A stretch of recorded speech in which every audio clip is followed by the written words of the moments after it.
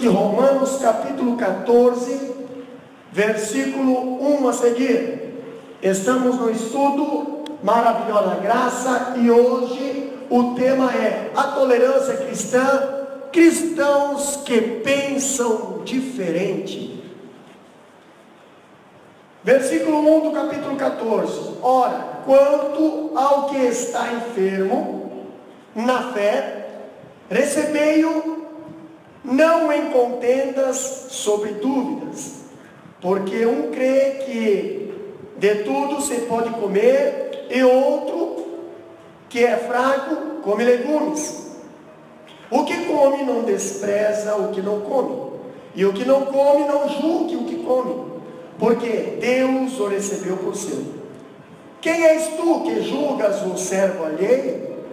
Para seu próprio Senhor ele está em pé ou cai, mas está firme, estará firme, porque poderoso é Deus para o firmar. Um faz diferença entre o dia e o outro julga iguais todos os dias. Cada um esteja inteiramente seguro em seu próprio ânimo. Aquele que faz caso do dia para o Senhor o faz. O que come para o Senhor come, porque dá graças a Deus. E o que não come para o Senhor não come, e dá graças a Deus. Podeis aceitar, meus irmãos? Hoje nós estaremos trocando uma ideia sobre uma igreja onde existia dois tipos de cristão dentro da igreja. Estamos no estudo do livro de Romanos, quase terminando o livro de Romanos, no capítulo 14, aborda um assunto muito interessante. Dois tipos de cristão. Primeiro, o cristão que é judeu e o cristão que se converteu ao cristianismo.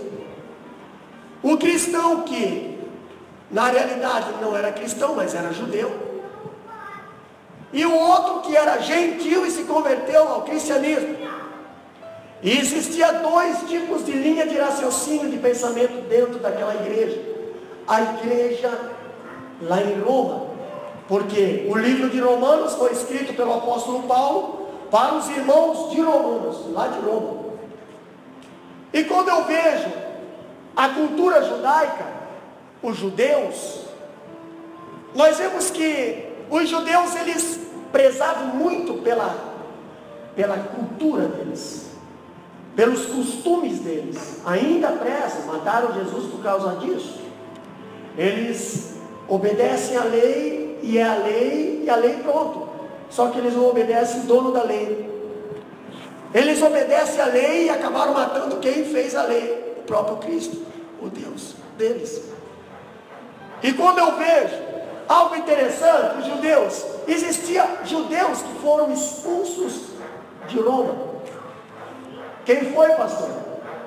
Do tempo de Tibério Cláudio, ou Nero, ou César, entendeu? Sucedeu que antecedeu Nero, teria editado um decreto expulsando os judeus de Roma. Por quê?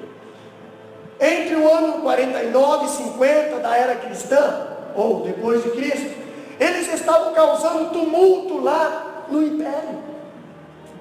Que tipo de tumulto um cristão pode causar? Que tipo de tumulto um cristão pode causar? Alguém pode me responder? Que tipo de tumulto um cristão pode causar? Tumulto, cristão, ele causa confusão. O cristão, o verdadeiro cristão, não estou falando aquele cristão meia sola. O cristão, o verdadeiro cristão, aquele que foi chamado para ser luz, aquele que não se contamina. O cristão foi chamado para fazer confusão? Não. Mas a vida dele gera confusão. Aonde ele prega a verdade ou contra o pecado, ele gera confusão. O cristão, nós já vimos algumas terça-feiras atrás, ele não é para fazer inimigo, mas ele tem muitos inimigos. Quantas pessoas não gostam de você porque você é um cristão? Quantos amigos não convidam você porque você é um cristão? Quantos amigos riem de você porque você é um cristão, fazem até piadinha porque você é um cristão. Se ele soubesse o que aconteceu com Eliseu e aqueles 52 meninos de rua, 42 meninos de rua, ninguém iria fazer piada dos cristãos. Eles iriam respeitar, porque o cristão é o embaixador do céu. Ele está representando Deus, Cristo aqui na terra. E não é por nada que Deus fala assim: aquele que tocar num dos meus, está tocando a menina dos meus olhos. Glória a Deus. Quando eu vejo a palavra do Senhor aqui, eles estavam causando tumulto lá no império. Segundo o relato bíblico, lá em Lucas, em Atos, um casal amigo de Paulo, Paulo de Tarso, Aquila e Priscila, teria deixado Roma e se fixado na cidade de Corinto. Por que eles deixaram Roma? A Bíblia conta. Por que eles deixaram Roma? Atos capítulo 18, versículo 2, diz bem assim, ó: Paulo encontrou ali um judeu chamado Aquila, que era da província do Ponto. Fazia pouco tempo que eles tinham chegado na Itália com Priscila, a sua esposa. Eles tinham saído de lá porque o imperador Cláudio havia mandado que todos os judeus fossem embora de Roma. Paulo foi visitá-los. Por que o imperador mandou todos os judeus fora de Roma? Sabe o que estava acontecendo lá? Uma confusão que os verdadeiros cristãos, eles não estavam causando, mas o judeu estava causando. Por que as portas estão sendo fechadas para os brasileiros aqui na Austrália? Será que é porque todos eles estão fazendo coisa errada? Não, é por causa que alguns estão fazendo coisa errada, e os outros pagam por causa dos maus elementos. Entendeu? Porque, outro exemplo, porque pararam de vender carne no frigorífico, porque pararam de vender picanha para nós. Outrora vendiam sempre, você podia ir lá comprar, agora não vende mais. Por quê? Porque alguém fez coisa errada, e agora todos eles pagam. Por que Tibério César expulsou todos os judeus de Roma? Por quê? Por causa de todos? Não, porque alguns estavam fazendo confusão lá. Os judeus, eles estavam dizendo que os gentios, quando se convertia, tinha que fazer circuncisão, tinha que guardar o sábado, tinha que guardar todo o ritual que Jesus, alguns anos atrás, ele aboliu, porque ele foi a cerimônia perfeita. Não precisa mais matar cordeiro para levar para o altar para ser perdoado o pecado. O Jesus é o próprio cordeiro. Não precisava mais guardar o sábado, embora hoje todo mundo diz que nós temos que guardar o domingo. Pois é, mas não é certo guardar o domingo. O domingo foi tirado para o descanso, mas é o governo que separou o domingo para nós. Os judeus eram o sábado, mas hoje nós não guardamos mais um dia, nós temos que guardar todos os dias. Tanto é que se nós tivéssemos que guardar o domingo para o Senhor, teria muito crente pecando quando vai jogar bola, teria muito crente pecando quando vai fazer barbecue na praia. Por quê? Porque se fosse para guardar o domingo assim como era guardado o sábado, você não podia fazer comida, você não podia andar mais que 800 metros. Assim é a lei, está lá em Levítico. Entendeu? O domingo nosso aqui foi estipulado para nós descansar. Não é o dia do Senhor. Por quê, pastor? Porque nós não estamos mais no tempo da lei, nós estamos no tempo da graça. Hoje nós temos Ele todos os dias. Hoje não é só o domingo que nós temos que tirar para santificar. Hoje é todos os dias que nós temos que tirar para santificar o Senhor. Todos os dias nós temos que ter o Senhor, a glória do Senhor. Aliás, a glória do Senhor, ela tem que frequentar o nosso tempo diariamente. A palavra do Senhor diz: eis que estou convosco todos os dias. E no tempo da lei? No tempo da lei só no dia do sacrifício. Só quando o sumo sacerdote entrava lá no Santo dos Santos, aí vinha a glória do Senhor, quando o sumo sacerdote não estava em pecado. Entendeu? Então nós temos que entender. E o que estava acontecendo na igreja de Roma? Estava acontecendo essa confusão, esse problema, entendeu? Dos cristãos que eram judeus, que se converteram ao cristianismo, mas ainda não largaram ainda aquele ritual do cerimonial, eles estavam cobrando dos gentios que se convertiam ao cristianismo um ritual que foi estipulado para os judeus antes de Jesus. A palavra de Deus disse que tudo que acontecia no tabernáculo, toda a cerimônia era um reflexo, era uma sombra do que havia de vir. Era sombra de quem? Sombra do próprio Cristo. O Cristo veio, não precisa mais disso. Agora nós temos o próprio Cristo em pessoa. Então para que eu vou servir ao Senhor escravo de uma cerimônia, de um ritual? Os judeus estão até hoje lá, escravo do ritual. Mataram Jesus por causa do ritual. E hoje nós vamos falar alguma coisa sobre o cristãos que pensam diferente dentro da igreja. E nós temos aqui algo interessante, uma igreja heterogênea. A natureza da igreja desigrejados não é o sujeito sem igreja, mas o que escolheu não ser igreja. Hoje nós temos pessoas na igreja que não fazem parte da igreja. Entendeu? São pessoas que são acompanhantes de multidão, são pessoas que são simpatizantes, mas não são membros, não fazem parte da verdadeira igreja. Quando eu falo verdadeira igreja, eu não estou falando ministério terreno, eu estou falando a igreja de Cristo, membros, entendeu? Eu estou falando da igreja de Deus, não estou falando títulos. Por quê, pastor? Porque você conhece a verdadeira igreja, é aquela que segue a palavra. Nós temos muitas igrejas por aqui, e muitas pessoas fácil de ser levada por essas igrejas. Só que quando chegam lá, elas veem que não tem nada de Deus, porque aonde tem Deus tem diferença de vida, tem diferença de conduta. Uma pessoa não pode falar de Deus e não viver Deus. Ou ela fala de Deus e vive de Deus, ou senão que fica com a boca fechada. Entendeu?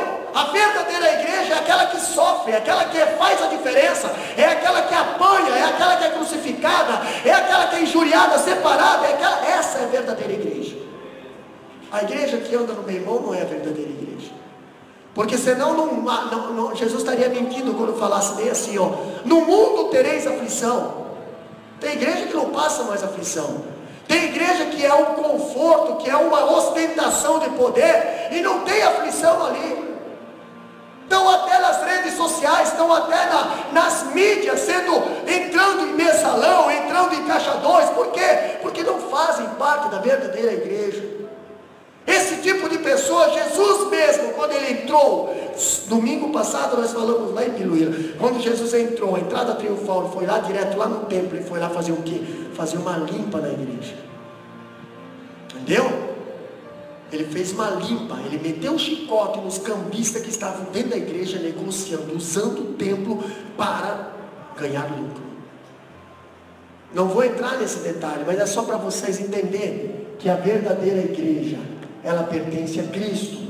O texto em tela aborda que, intrigado pelo problema do relacionamento, entendeu? Nós temos algo interessante, o relacionamento entre irmãos que pensam diferente. Olha aqui, ó, entre irmãos na fé que pensam de forma diferente em algumas questões espirituais. Pastor, eu penso assim e o outro pensa assim. Paulo classifica esses irmãos em dois grupos distintos. Olha só, os fortes e os fracos na fé. Ambos eram crentes em Cristo e ambos eram salvos por Cristo, embora esses dois grupos pertencessem à família de Deus e participassem da mesma igreja.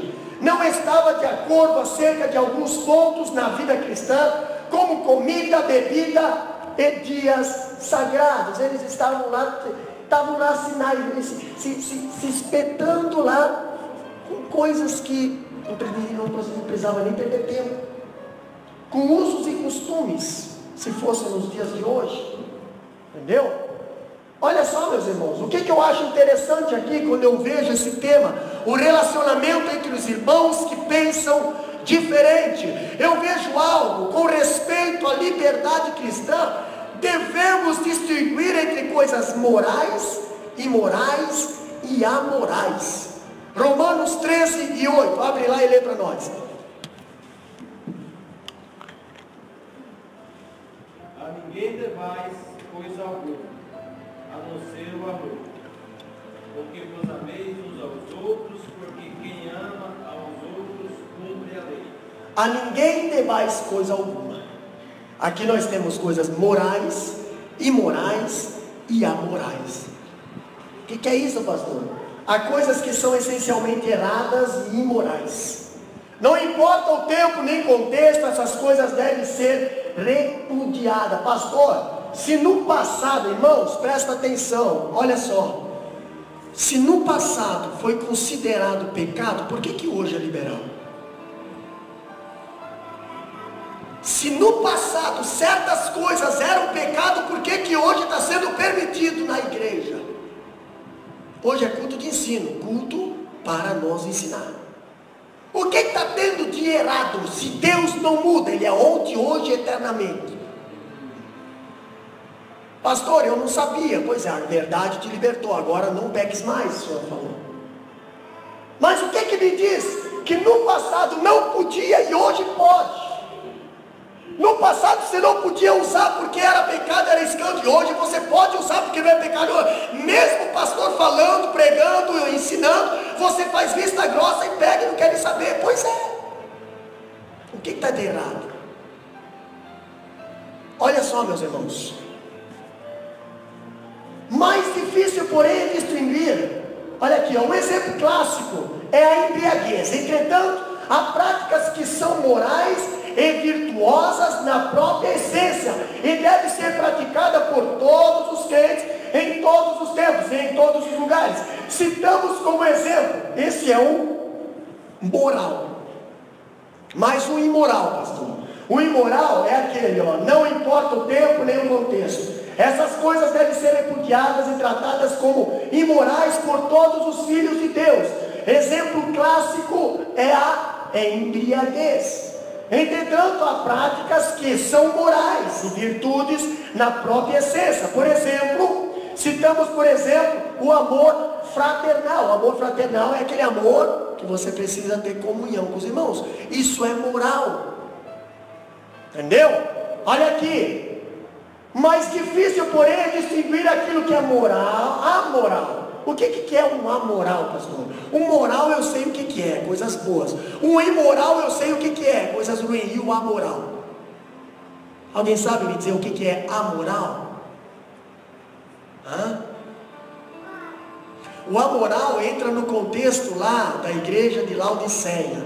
Porque não és e nem... Como é que é? Porque não és e nem... vomitar-te-ei da minha boca. A moral é isso. É uma pessoa neutra. Entendeu? A moral é uma pessoa neutra. Pode tornar-se inconveniente, até escandaloso, dependendo da situação. Um exemplo, como nos dias de Paulo, era a prática de comer carne e beber vinho. Olha só. Para umas pessoas era normal comer carne e beber vinho, mas para outra cultura era anormal. Entendeu? Era um escândalo. É que nem você chegar na Índia hoje e matar uma vaca. Para eles, entendeu? É assim, o anormal. Então nós tínhamos que entender. O que diz lá no capítulo 14, versículo 15 a 21? Olha só, acompanha lá. Mas se por causa da comida, se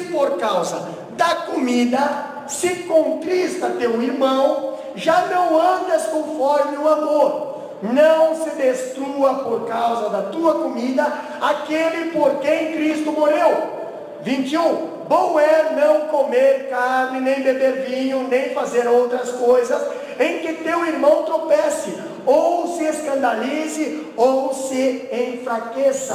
Pastor, não pode comer carne? Não, não é nesse sentido. Mas os judeus tinham determinado tipo de carne que eles não podiam comer por lei. Pastor, até quando que eles não podiam comer?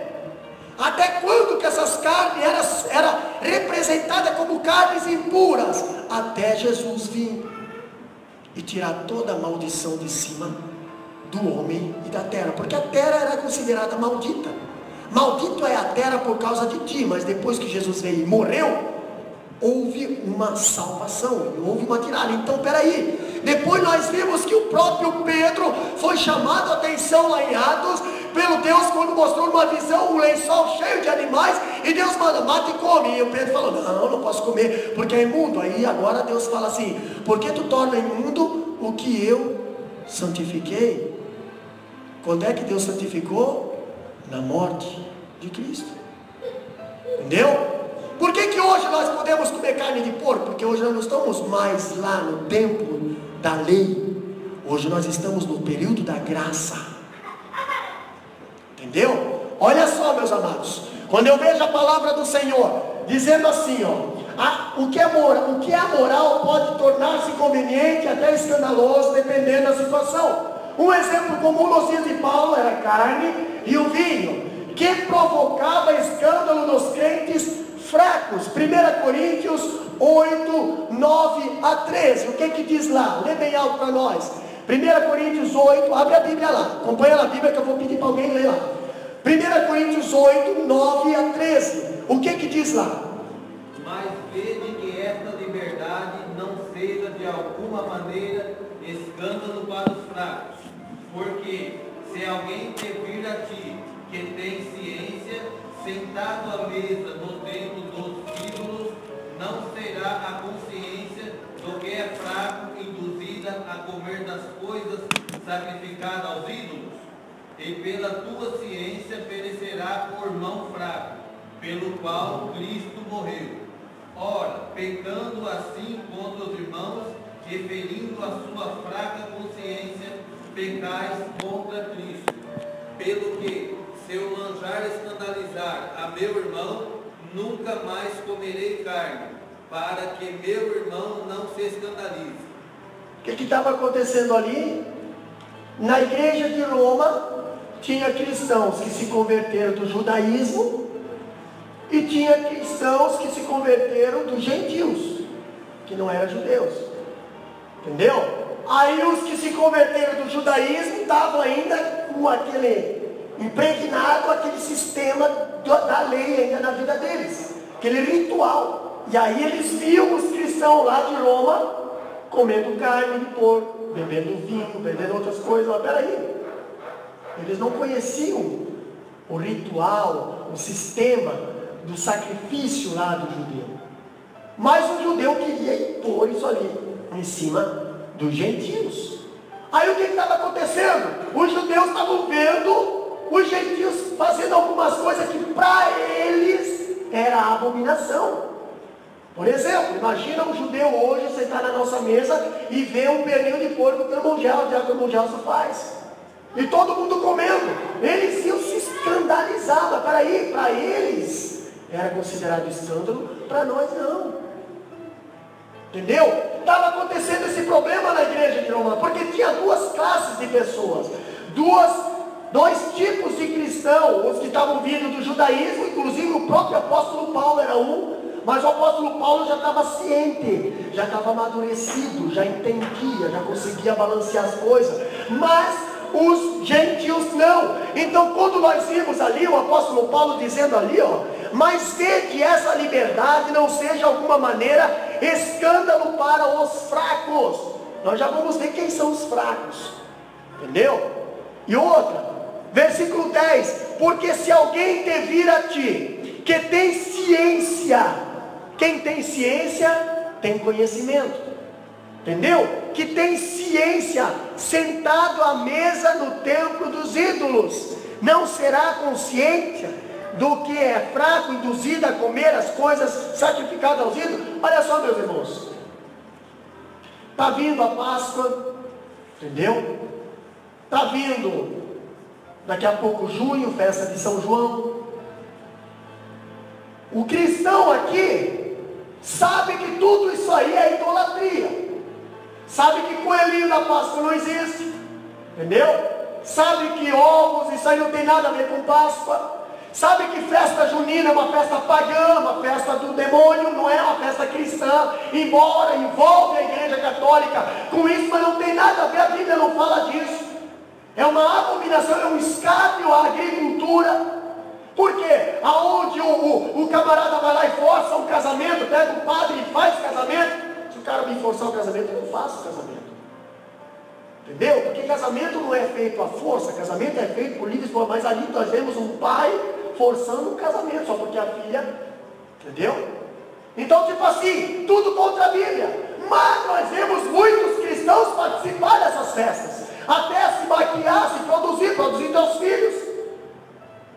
E essas pessoas sabem que isso ali não é verdade, sabem que isso ali é pagão. Então o que acontece hoje? Por que a maioria das igrejas hoje sofre para ganhar uma alma? Por causa desse tipo de pessoa, que tem ciência, como diz no versículo 10, mas está lá na mesa dos ídolos. Aí quem está lá fora vê isso, mas peraí, eles dizem que é cristão, mas eles estão ali, então eu também posso. O que eu estou fazendo, Manzélio? Eu estou induzindo, com ciência que isso ali é errado, estou induzindo aquele que não tem ciência, não conhece que é errado, mas já estou induzindo a continuar. Aí as pessoas vêm para a igreja, se convertem, mas não querem se libertar. Por quê? Porque o fulano que é convertido está lá junto com nós, está lá participando junto com nós, pastor. E muitas das vezes a igreja sofre por causa do hype, ele está lá fora. É o Eutico que está na janela. Ou ele está aqui dentro, também está lá fora. Ele está aqui dentro, também está lá fora. Entendeu? Era isso que estava acontecendo na igreja dos romanos. Mais um pouquinho, vamos para a Bíblia. Eu gosto de falar a Bíblia, porque aí eu tiro a responsabilidade de cima das minhas costas. Olha aqui. Mais uma coisa aqui, ó. A igreja não é lugar para disputa de ideias acerca de coisas secundárias. Eu sempre falo para os alunos da teologia, graças a Deus, nós já passamos do número de 50. Entendeu? Isso é um bom sinal, sabe por quê? Porque a igreja que se preocupa com a palavra é uma igreja sólida, é uma igreja que está na pedra, é uma igreja estrutural, é uma igreja que cresce em maturidade. Não é uma igreja que incha, porque o que incha é a infecção, é uma igreja que cresce. A igreja não é lugar para disputa de ideias acerca de coisas secundárias, mas como fértil para o exercício do amor fraternal. Olha só, meus amados, eles eram os propagandistas de um legalismo que afirmava ser a observância de dias e épocas necessárias à justificação e à aceitação diante de Deus. Isso importava retrocesso aos rudimentos fracos e pobres. Gálatas 4:9, abre lá, Evangelho. Gálatas 4:9. O mesmo aconteceu na igreja de Colosso. Colossenses 2:16 e 17. Abre lá, irmã Alessandra. Colossenses 2:16 e 17. E a irmã Zélia, Gálatas 4:9. Mas agora, conhecendo a Deus, ou antes sendo conhecidos de Deus, como tornais outra vez a esses rudimentos fracos e pobres, aos quais de novo quereis servir. Olha só, tornais os rudimentos dos fracos e dos pobres. Colossenses 2:16 e 17. Ninguém, pois, julgue por causa de comida e bebida, ou de dia de festa, ou lua nova, ou sábados, porque tudo isso tem sido sombra das coisas que haviam de vir, porém, o corpo é de Deus. Eles estavam ali debatendo por causa de dia de descanso, por causa de dia de coisa de comer. Mas peraí, tudo isso aí era sombra lá do que acontecia, do que representava o que ia acontecer. O cordeiro que era sacrificado no tabernáculo representava o cordeiro verdadeiro que ia ser morto na cruz do Calvário. Então, pastor, a porta que tinha no tabernáculo, que era uma porta só, representava o Cristo, que é a única porta que leva ao céu. Então, pastor, a arca que estava no tabernáculo, que representava a glória do Senhor, era a glória que hoje está sobre nossas vidas, porque hoje não existe mais tabernáculo. Hoje a palavra de Deus diz que vós sois o templo do Espírito Santo. E a porta tem que habitar em vocês. A glória tem que habitar em vocês. O caminho tem que habitar em vocês. Então não tem mais ritual terreno. Hoje Deus não habita mais templo construído por mãos de homens. Hoje Ele habita em mim e você. Mas os judeus é difícil de entender isso. E aí eles ficavam cobrando ainda aqueles ritual lá de trás. É aqueles ritual antes de Jesus morrer. Peraí, mas vocês têm uma certa... Ei, o véu rasgou, não tem mais bloqueio. O véu rasgou. E ele foi rasgado de cima para baixo. Antes tinha um bloqueio entre o homem e a glória de Deus. Agora não, agora o acesso é livre. Entendeu? Sabe qual é o problema hoje? É que o homem não tem mais coragem de vir à presença do Senhor. Por quê? Porque o homem não quer se arrepender dos seus pecados. Mas a Bíblia diz: vinde a mim, todos que estáis cansados e oprimidos, e eu vos aliviarei. Vinde a mim. É interessante, palavra do Senhor. O mesmo aconteceu na igreja de Colosso. Olha só, o erro que Paulo embateu em Colosso foi basicamente gnosticismo. O que é o gnosticismo? Os gnósticos alegavam que a observância de determinada dieta e de determinados dias dos calendários eram condições indispensáveis para alcançar o favor de Deus. Não, irmão. Hoje você pode comemorar o nascimento de Jesus todos os dias, não é só no dia do Natal. Hoje você pode comemorar a Páscoa todos os dias, não é só no dia da Páscoa. Você nem sabe que dia da Páscoa comemora em abril. Mas se você for olhar o calendário judaico, não tem nada a ver com essa data comercial que a sociedade coloca. É que nem o Natal, o nascimento de Jesus não tem nada a ver com 25 de dezembro. Muito menos no Papai Noel. Pastor, só os cristãos sabem disso. Porque o povo lá de fora, meu Deus do céu. Misericórdia. Né? Mas se ler a Bíblia, você acaba descobrindo a verdadeira verdade. Outra coisa, olha só, como nós vimos algo aqui, meus irmãos, nós vemos aqui, ó. Na igreja, uma mesma matéria pode ser tratada com tolerância compassiva ou intolerância inegociável. Cada caso é um caso, pastor. Cada caso é um caso. Olha só, hoje, aqui, na Austrália, se você sair nu por aí, eu sou obrigado a disciplinar, porque você está gerando escândalo.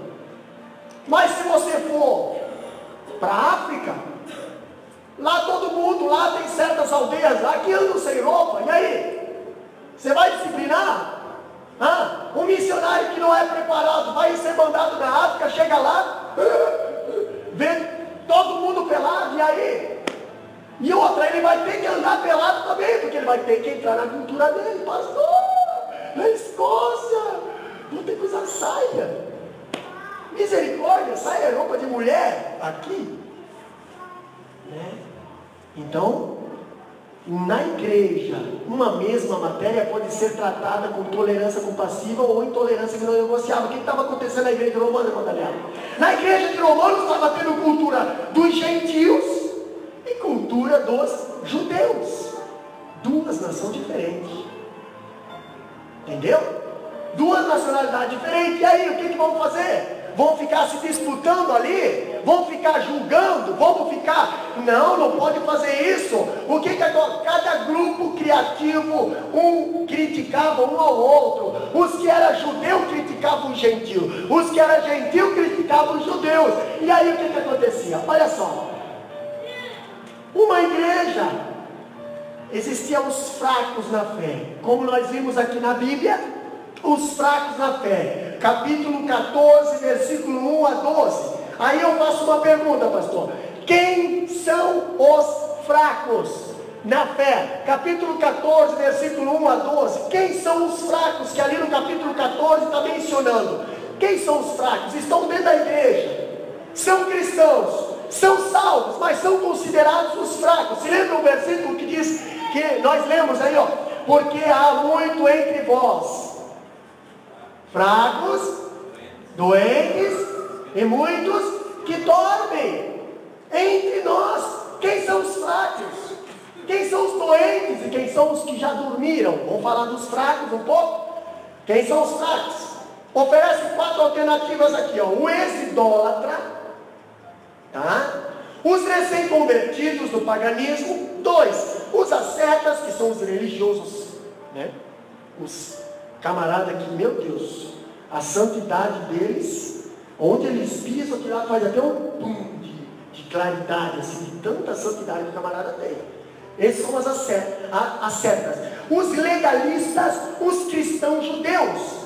Consenso geral que os crentes chamados de fracos eram oriundos das fileiras do judaísmo. Os fracos eram lá dos judeus, tá? Os quais, embora tivessem depositado a sua fé em Cristo, ainda viviam comprometidos com as regras judaicas concernentes à dieta. Ainda eles estavam dizendo que a carne de porco era imunda, ainda eles estavam dizendo que não, tinha que ser o sábado para santificar. Esses eram fracos, porque eles ainda não estavam acreditando no verdadeiro sacrifício de Cristo. Pastor, os crentes fracos tinham uma fé deficiente, eram imaturos, incultos e até equivocados, tá? Olha aqui, os crentes fracos sofriam pressões inconscientes que a paralisavam, eram inescrupulosos e inibidos, não tinham plena compreensão de que esses ritos dietéticos, tá? Focados em calendários religiosos, eram meras sombras do Evangelho de Cristo, aos quais, pela obra expiatória do Filho de Deus, estavam desobrigados a cumprir, depois que Jesus morreu. Mas eles ainda continuavam. E não só continuavam, olha só o que os fracos faziam de manhã. Os fracos ficavam olhando para os gentios, que não tinha nada a ver com a cultura judaica, e ficavam dizendo: que escândalo, meu Deus do céu, Jesus, isso aí não vai, misericórdia. Ô irmão, você está sendo escândalo para a igreja, irmão, você já ajeita, você está comendo carne de porco. Era assim a disputa dentro da igreja, entendeu? Era assim, estava feia a situação, peso no pastor louco lá dentro. Tinha que conciliar, coitado do Paulo lá,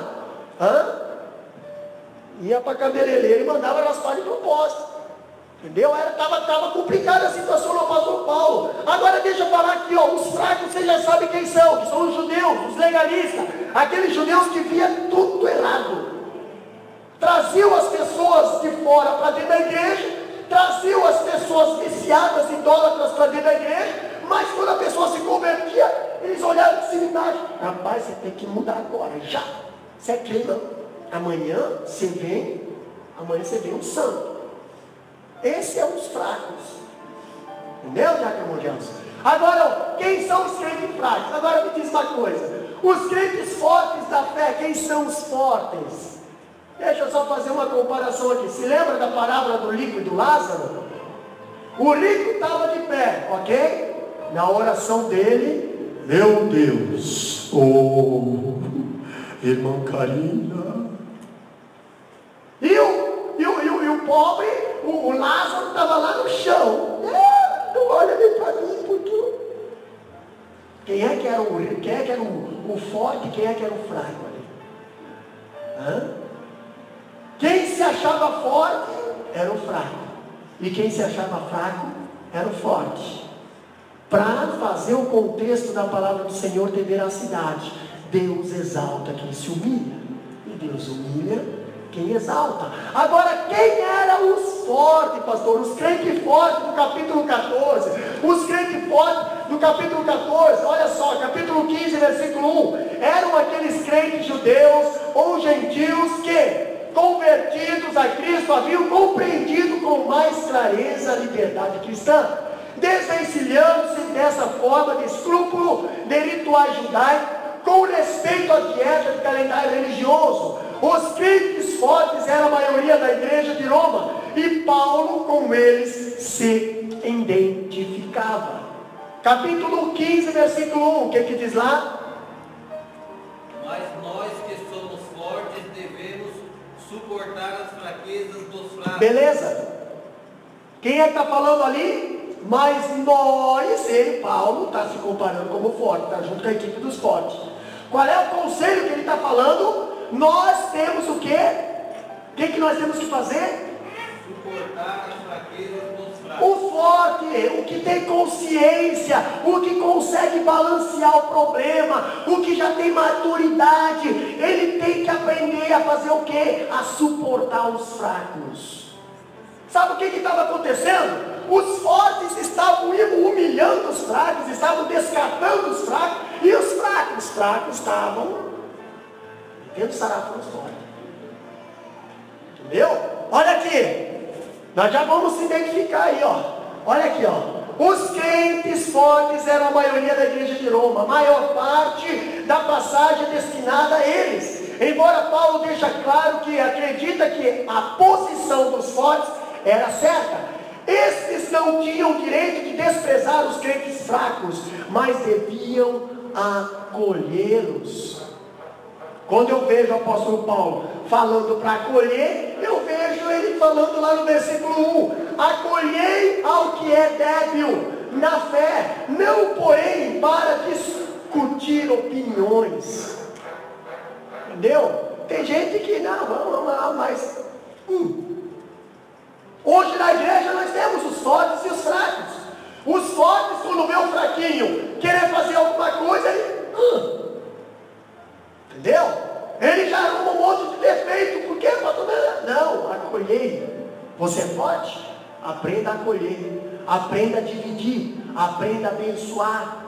O forte, ele tem que aprender a cuidar do fraco, a instruir o fraco, para que o fraco se torne forte. Olha só, quando nós vemos a palavra de Deus dizendo ainda, em primeiro lugar, porque Deus já o acolheu. Se você for desistir, desista do pecado. Se você for fugir, fuja do mundo. Se for cair, caia nos braços de Jesus. Agora nós vemos a lei da liberdade. Por quê, pastor? Por que nós temos que fazer isso?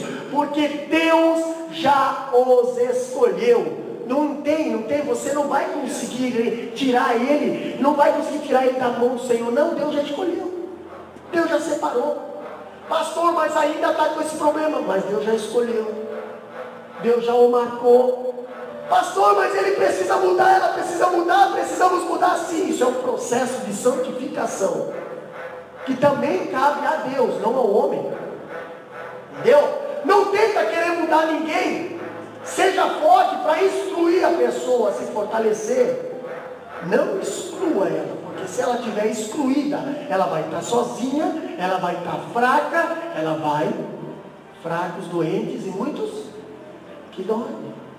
Quando eu vejo Deus escolhendo, no capítulo 14, versículo 2 e 3, ele diz bem assim, ó: um crê que de tudo pode comer, mas o débil come legumes. Quem come não despreza o que não come. O que não come não julgue o que come, porque Deus o acolheu. Eu olho lá para o capítulo de Daniel, quando Daniel chega na Babilônia e diz assim para o eunuco: eu não vou comer. Por quê? Por quê? Porque eu não posso comer.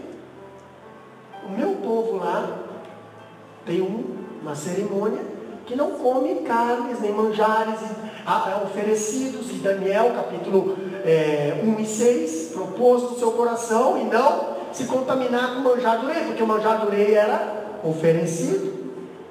Quando você vai numa festa junina, você sabe que aquela festa, tudo que está sendo feito naquela festa é oferecido a São João. Quando você vai numa outra festa, você sabe que tudo aquilo lá está sendo oferecido. Então cuidado, não participe de festas que tem oferecimentos, que tem consagrações, porque você sabe que você está participando da mesa de idolatria. Entendeu? Está na Bíblia isso, é só abrir e ver. Não participais da mesa consagrada a ídolos. E nós vimos Daniel chegar lá na Babilônia. Primeira coisa que ele falou: eu não quero me contaminar. O que ele falou para o eunuco? Me traga legumes. Legumes, que era a cultura lá judaica, lá de Israel. 10 dias ele ficou lá, e o camarada veio lá e viu que ele estava mais inteligente, mais robusto, mais bonito do que os próprios que estavam se contaminando ali, comendo os manjares do rei. E olha que não foi pouco jovem lá de Israel cativo para a Babilônia. Imagina, Mas a Bíblia só conta a história de Sadraque, Mesaque e Abednego e Daniel, que proporam no seu coração de não contaminar. E hoje, pastor? E hoje, o que nós estamos colocando no nosso coração? Dá para fazer um balanço, dá para fazer uma porcentagem em saber quantos foram cativos de Israel para a Babilônia e quantos se agradaram dos manjares do rei. E quantos hoje estão se agradando dos manjares desse mundo aí fora? E não estão botando no seu coração, propondo no coração, eu não quero me contaminar. Entendeu? Eu não quero me contaminar. Eu não quero ser crente só dentro da igreja. Quando eu saio da igreja eu sou outra pessoa. Eu não quero andar como cristão só quando eu vou para a igreja. Quando eu saio da igreja eu sou outra pessoa. Eu não quero falar como cristão só quando eu vou para a igreja. Quando eu vou para outro lugar eu sou outra pessoa. Eu não quero me produzir só para ir na igreja. Quando eu vou para outro lugar eu me transformo numa Jezabel, uma outra pessoa. Daniel não fez isso. Daniel, ele propôs o seu coração e ele falou assim, ó, não quero e pronto. Não quero. O que ele fez? Ele negociou com o eunuco. Porque o eunuco não podia fazer isso, mas ele falou, não faz um teste. Faz um teste. O eunuco estava com medo que eles iam emagrecer. Não, faz um teste. Entendeu? Faz um teste. Nós vimos ontem na aula de teologia que a mulher virtuosa, ela prova que a sua mercadoria é boa. Daniel provou que o que ele estava falando tinha fundamento. Faz um teste, porque o Deus que está comigo, ele vela pela palavra. Ele não deixará um justo se envergonhar. Ele não deixará um justo passar necessidade. Faz um teste. Faz um teste, fazer prova de mim. Se eu não vou abrir as portas do céu, derramar chuva e a música. Faz um teste. Eu convido você a fazer um teste. Glória a Deus. Está com problema dentro de casa? Faz um teste. Entendeu? Faz um teste. Pastor, fazer que teste? Primeiro obedeça ao Senhor, seja fiel a Ele. Faz um teste. Porque tem pessoas que não aprenderam a ser fiel a Deus ainda. Não aprenderam a ser fiel a Deus. Quando vem uma crise, a primeira coisa é a fidelidade de Deus que eles cortam. Faz um teste. As coisas vão melhorar. Faz um teste. Entendeu? Faz que nem Daniel, ele propôs o teste, e ele fez o teste acontecer, e ele provou e foi exaltado no palácio, tanto é que ele foi colocado como presidente. Faz o teste. Mesmo assim a perseguição não vai acabar, porque eles vão tentar te colocar na cova. Faz um teste de novo. Mas continua lá na tua consagração, continua lá na tua oração, continua lá. Pastor, mas vou me botar na cova, faz um teste. Aí tu vai para a cova, meu Deus, os leões não me morderam, estou aqui tranquilo, não preciso nem orar. Tem medo de fazer um teste por quê? Faz as coisas da maneira certa que você vai ver as coisas acontecer certo na tua vida. Tá tudo avacalhado, por quê? Porque você não faz da maneira certa. Faz um teste, começa a fazer as coisas certas. Começa a colocar os pingos nos i, começa a fazer da maneira certa, que aí você vai ver. Deus vai entrar no controle desse negócio. Amém? Glória a Deus. Quando eu vejo, Deus já escolheu o forte na fé, desprezava o fraco por causa dos seus escrúpulos, e o fraco na fé julgava o forte por causa da sua liberdade. Essa atitude beligerante estava de desacordo com o Evangelho, porque os ambos fracos e fortes Deus já tinha escolhido, e os camaradas, tu não vai para o céu. Aí o outro lá, tu também não vai para o céu. Mas peraí, quem é que julga? Quem é que julga? É o homem ou é Deus? Nós temos que aprender uma coisa: quem julga é Deus. Então não tome julgamento, porque você sabe que você está se colocando no lugar de Deus. Ele não divide o lugar dele com ninguém. Só tem um trono, e esse trono é dele.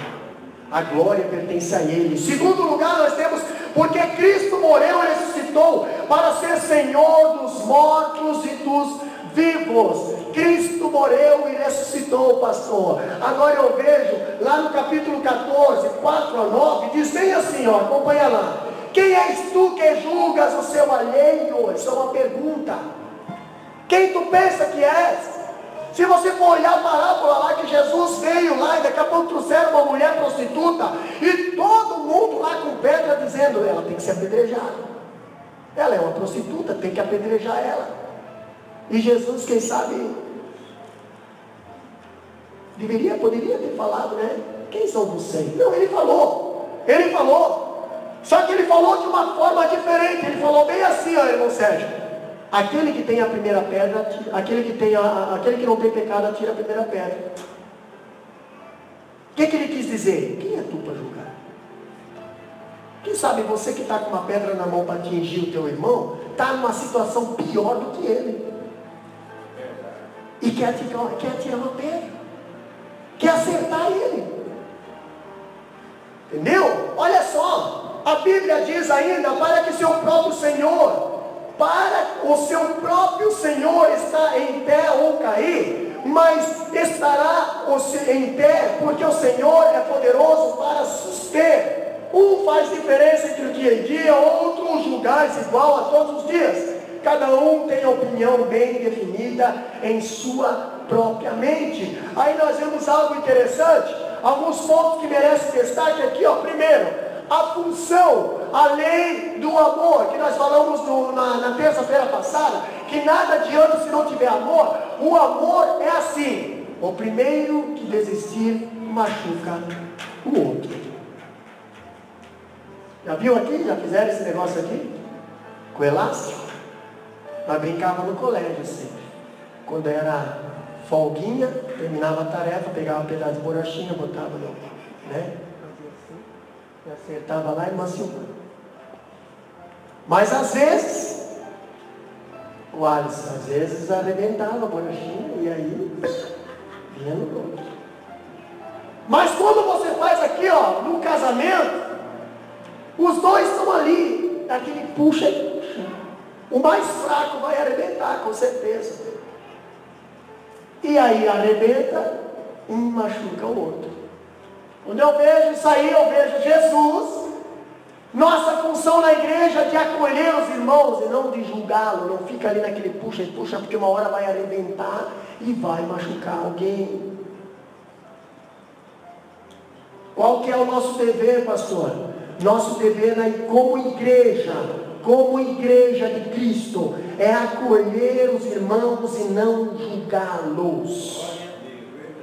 Há julgamento legítimo e julgamento ilegítimo. O crente precisa discernir o certo e o errado. Precisa distinguir entre o falso profeta e aqueles que trazem o ensino do Senhor. Aqui, contudo, Paulo condena a atitude de julgar o irmão, um servo de Cristo. Não um falso profeta. Você tem liberdade de julgar. Você tem liberdade de discernir os espíritos. Mas aqui nós estamos falando de irmãos dentro da nossa casa, da igreja, que professam a mesma fé, que estão no mesmo caminho, que se alimentam da mesma palavra, entendeu? Que se alegram com as mesmas festas, que choram com as mesmas... Ei, estamos falando desse tipo de irmão. Por que nós julgamos uns aos outros, nós, a família? Se formos olhar problemas de família, quando fala casa, nós vimos que desde o tempo de Adão e Eva já estava tendo problema entre irmãos. Caim matou Abel, irmãos.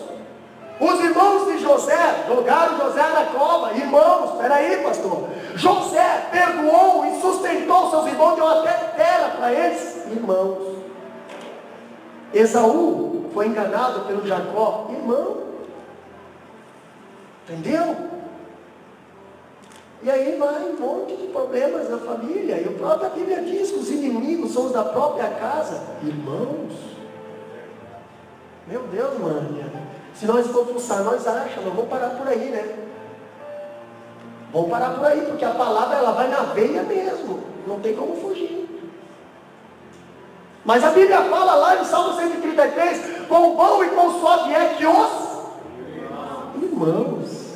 Sabe o que acontece quando os irmãos vivem em união, Eli? Finalzinho do versículo diz, porque ali o Senhor ordena a bênção para sempre.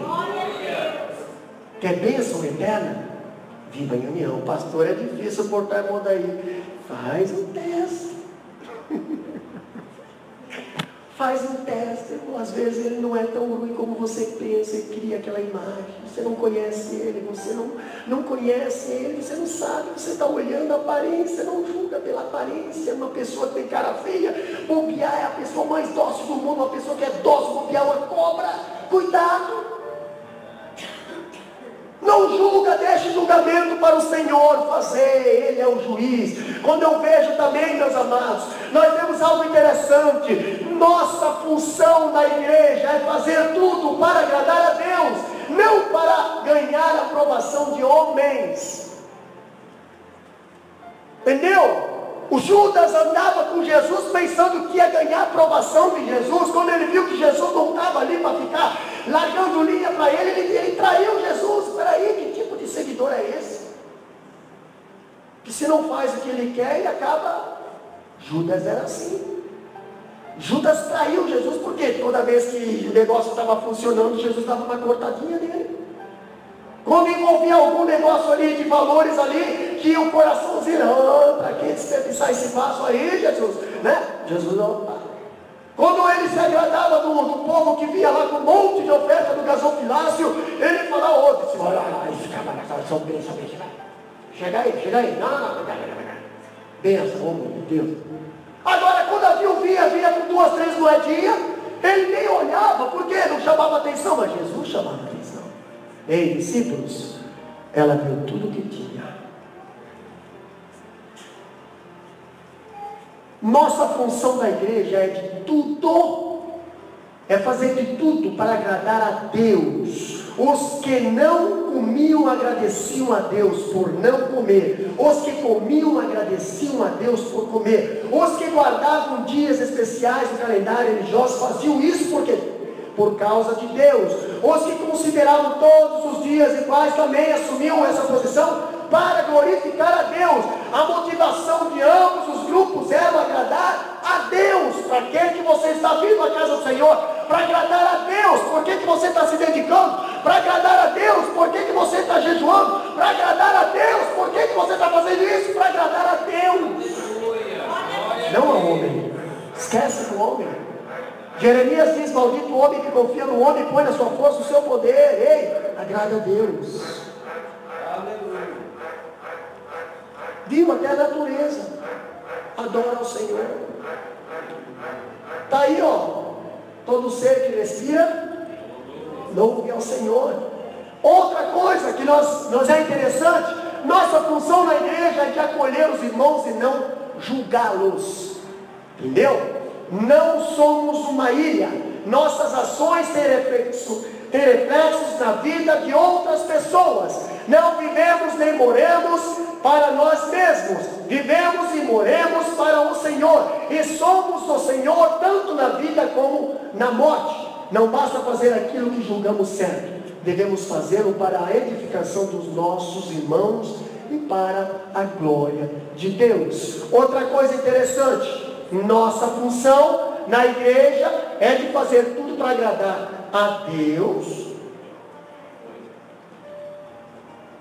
não para agradar, não, aqui, esse aqui eu errei. Vamos lá, aqui, além da espiritualidade, nós vimos aqui, a nossa função na igreja é de viver para agradar a Deus e não a nós mesmos. Outra coisa interessante, a nossa função na igreja é de vivermos debaixo do senhorio de Cristo.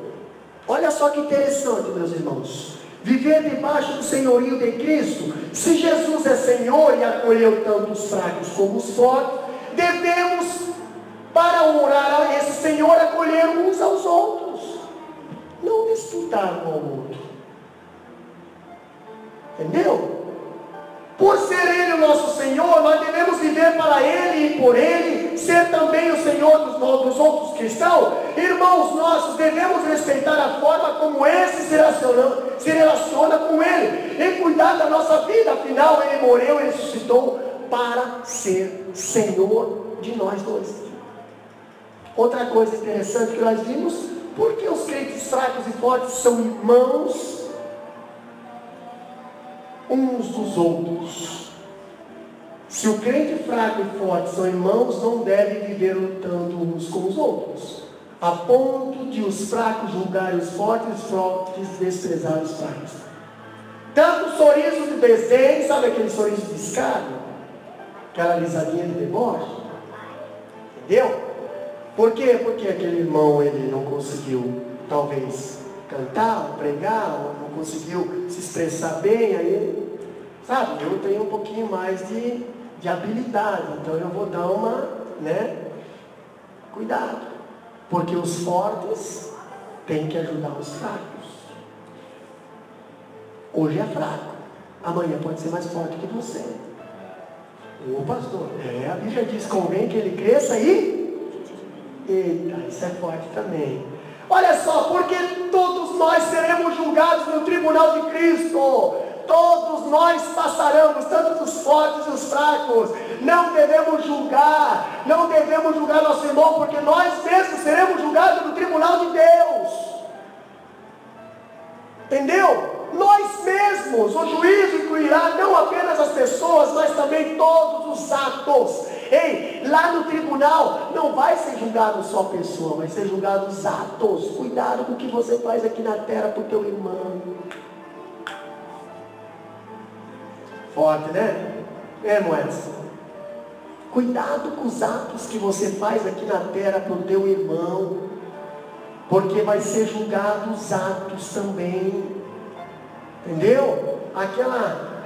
Aquela falta de compreensão, meu Deus, vai ser tudo passado lá no filme cinematográfico. Olha aqui, obviamente Paulo não está proibindo o crente de exercer julgamento, pois do contrário não poderíamos obter a ordem de Cristo, quando ele disse lá em Mateus 7,15, acautelai-vos dos falsos profetas. Quando Paulo está dizendo, quando Jesus estava dizendo isso, ele estava dizendo, ei, cuidado, pastor, mas se é um falso profeta, eu tenho que julgar, entendeu? Eu tenho que tomar uma decisão. Nessa parte aí, eu posso julgar, mas eu estou julgando como que eu consigo discernir um falso profeta, irmã Alessandra? Como que eu consigo julgar? Na base de quem? Qual é a base que eu uso para mim discernir, para mim julgar? A palavra de Deus. Então não é eu que estou julgando, é a palavra que está julgando.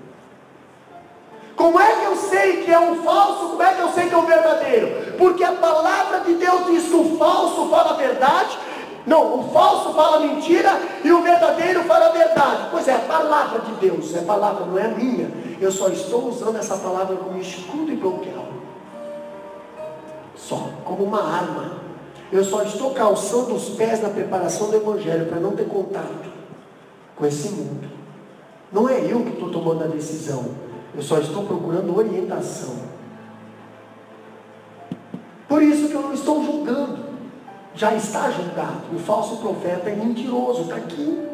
Não é eu que estou falando, é a palavra de Deus que está falando, é o juiz que está falando. Está na Constituição Celestial, está aqui. Não Constituição brasileira, está aqui, o livro do juiz, tá? Quando eu vejo que Jesus proibiu os seguidores e não a crítica, não é, Jesus proíbe os seus seguidores, não é a crítica, mas a mania de censurar e de julgar, no sentido de estabelecer juízo, ou de condenar algo ou alguém.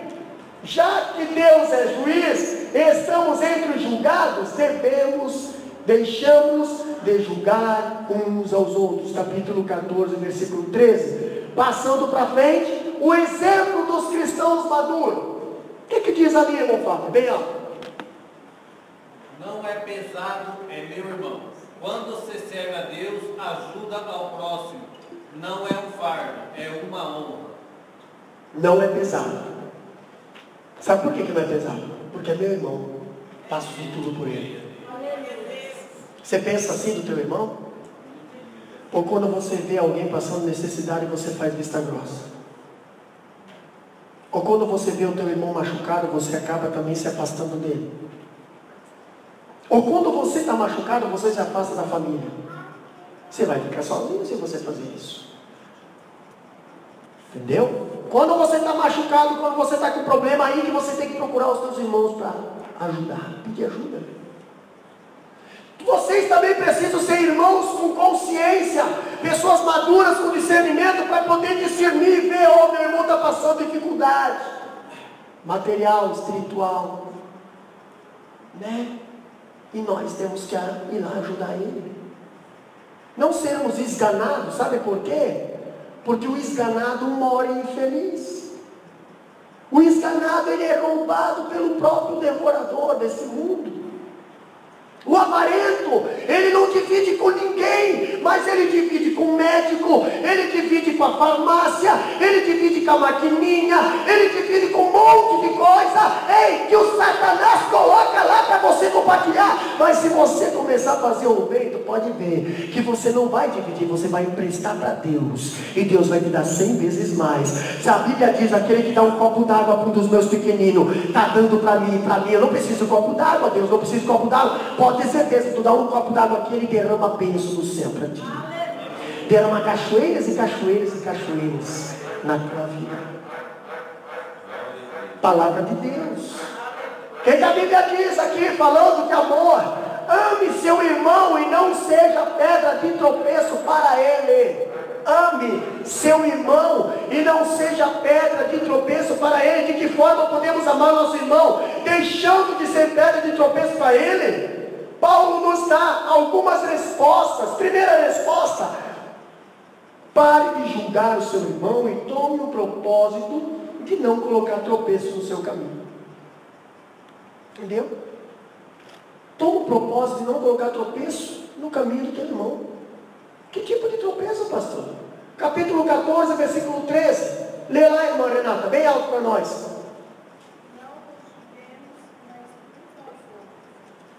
Bem alto, bem alto. Pelo contrário, tomai o propósito de não pôr ordens, tropeço, pois não ao vosso irmão. O que Paulo está querendo falar aqui? Não nos julguemos mais uns aos outros. Pelo contrário, tomai propósito de não pôr destropeço ou escândalo no vosso irmão. Paulo quer dar um basta na onda de julgamento dentro da igreja. Estamos falando de dentro da igreja. Em vez de ser um tropeço no caminho um dos outros, gerando problema na igreja e escândalo fora dela, os cristãos deveriam cuidar de amar uns aos outros. Imagina, irmão, se todos se amassem. Imagina se eu fizesse o que eu gostaria que alguém fizesse para mim, né? Aí entramos na aula de segunda-feira retrasada, a gente entenderia o porquê que a Sara chamava Abraão de meu Senhor. Por que será, né? O que imaginaria, o que o Abraão não faria para ela, né? Para ele ter tanto respeito dele. É a lei da colheita. O que você planta, você colhe. Se você planta amor, você vai colher amor. Entendeu? Quer que o teu irmão te ame? Ame ele. Trate ele. Pastor, mas eu só gosto do irmão Edson e da irmã Silvana. Eu me dou mais, eu tenho mais afinidade. E isso aí é coisa de Satanás. O irmão cristão, ele tem que amar todos eles igual. Não pode ter, mas eu tenho mais. Não existe isso, irmão. Isso é favoritismo dentro da casa do Senhor. Não existe isso. Presta bem atenção numa coisa que eu vou falar para os irmãos. Não existe isso. Você não pode amar mais um e deixar o outro. Mas eu tenho mais afinidade com ele. Eu tenho mais carinho com ele. Isso não existe, irmão. Entendeu? O amor cristão, ele tem que ser de igual modo para todos. Mas é que o fulano é mais complicado. Isso é personalidade. Aí a Bíblia diz, nós temos que entender uns aos outros. Mas o fato de amar, irmão Clécio, tem que ser igual. Eu tenho que tratar o irmão Fábio, presbítero irmão Fábio, da mesma maneira que eu trato o irmão Admilson, irmã Guima, o irmão Diário, o irmão Gelson. Amor cristão tem que ser igual. Pastor, mas o fulano ali tem um pouquinho mais de dinheiro. Pois é, então eu vou chegar um pouquinho mais do lado dele lá. E o irmãozinho lá que é mais pobre. Não, deixa ele. Não, irmão. Não, porque Deus é justo. Viu, Alisson? Deus é justo, meu. Não adianta, nós fazemos separação, entendeu? Deus não, Deus trata tudo igual. Mesmo valor que você tem, irmã Daniela, a irmã Silvana tem, o Pietro tem, a irmã Karina tem. Entendeu? Então não adianta chegar no céu se achando, viu, Júnior? Chegar lá no céu aqui, ó, porque eu sou o tal, eu fui o tal. Pois é, mas aqui tu não é nada. Aqui é eu que sou. Tu já imaginou isso? Aqui é eu que sou. Quando as coisas são para Deus, é assim. Por isso que é difícil a gente servir ao Senhor. Porque nós temos que aprender a aceitar o nosso irmão da forma que Deus quer. Nós temos que olhar para o nosso irmão com olhos espirituais. Olhos de Deus.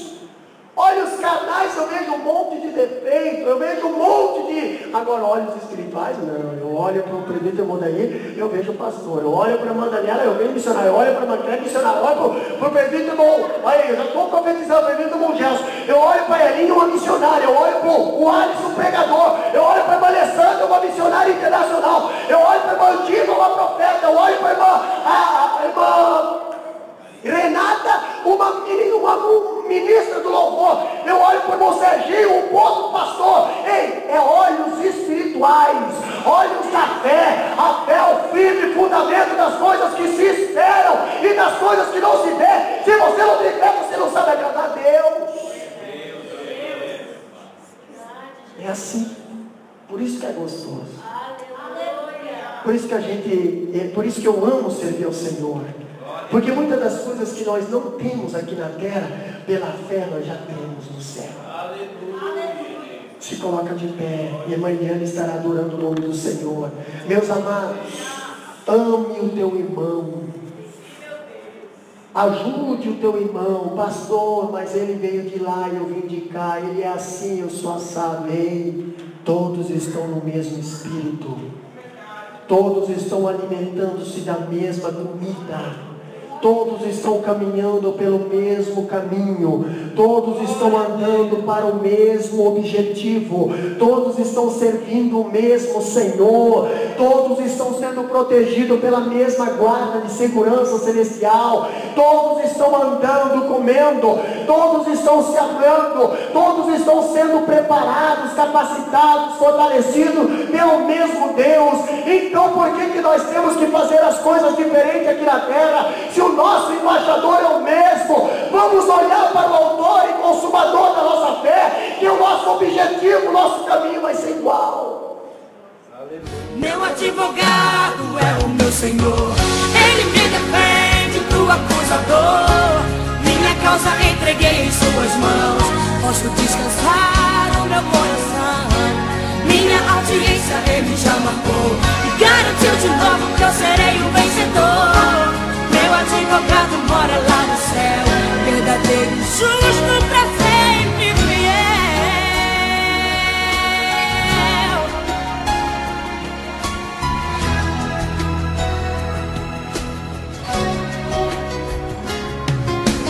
Pra falar atire a primeira pedra, aquele que não tem pecado, aquele que não erra. Pra me defender diante do inimigo, tomar minha dor pra chorar comigo, pra me sustentar debaixo de tua destra. Isso é fato consumado. Os meus casos impossíveis serão sempre encerrados pelo meu advogado. Meu advogado é o meu Senhor, Ele me defende do acusador. Minha causa entreguei em suas mãos, posso descansar o meu coração. Minha audiência Ele já marcou e garantiu de novo que eu serei um vencedor. Meu advogado mora lá no céu, verdadeiro e justo pra sempre fiel.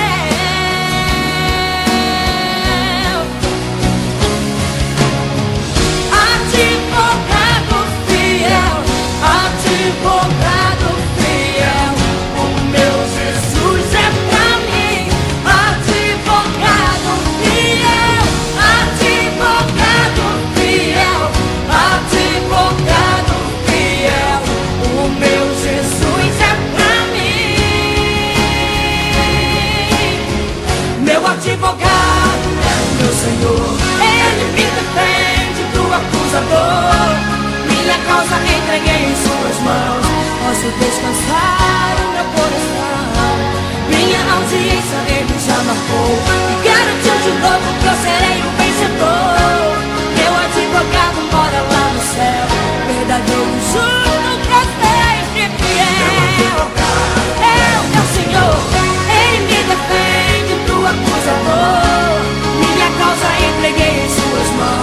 posso descansar o meu coração.